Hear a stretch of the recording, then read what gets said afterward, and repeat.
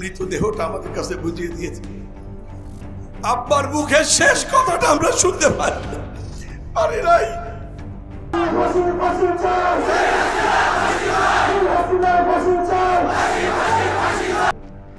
ভারতীয় আগ্রাসনের বিরুদ্ধে বিরোচিত ভূমিকা রাখায় শেখ হাসিনা পরিকল্পিতভাবে দেলোয়ার হোসেন সাঈদীকে হত্যা করেছেন বলে মন্তব্য করেছেন আল্লামা সাঈদী ফাউন্ডেশনের vice president Masud Sayeedi. 14 December জাতীয় প্রেস ক্লাবের আব্দুস সালাম হলে আমার দেখা আল্লামা সাঈদী বইয়ের প্রকাশনা উৎসব ও আলোচনা সভায় তিনি এ মন্তব্য করেন। মাসুদ সাঈদী বলেন, সাজানো মতে বানানো মতে 1971 সালে যে অপরাধের গল্প কাহিনী সাজিয়ে আলেমদের বিচার করেছে মাত্র 6 থেকে 7 জনের।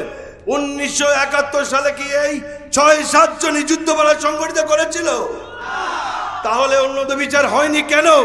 কেন শুধুমাত্র নির্দিষ্ট একটি দল এবং শুধু আলেম ওলামার বিচার হয়েছে? তার একটি কারণ তারা ইসলাম বিদ্বেষী দল। আওয়ামী লীগ জন্মগতভাবে ইসলাম বিদ্বেষী। যুদ্ধাপরাধের টোটাল অভিযোগটাই হলো একটা নাটক।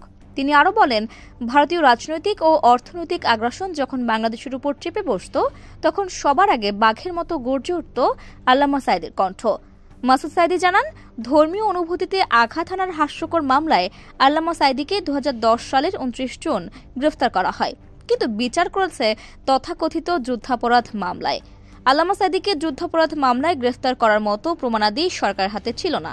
তাকে অন্যায়ভাবে আটকে রাখায় মুসলিম উম্মার ক্ষতি হয়েছে, বাংলাদেশের ক্ষতি হয়েছে।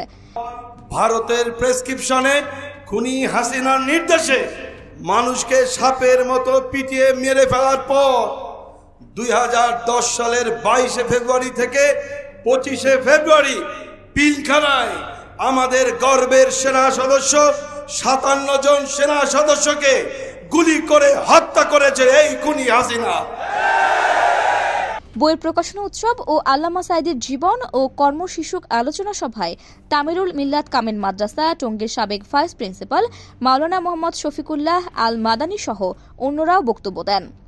আফরোজা দিবা, অনুসন্ধান নিউজ।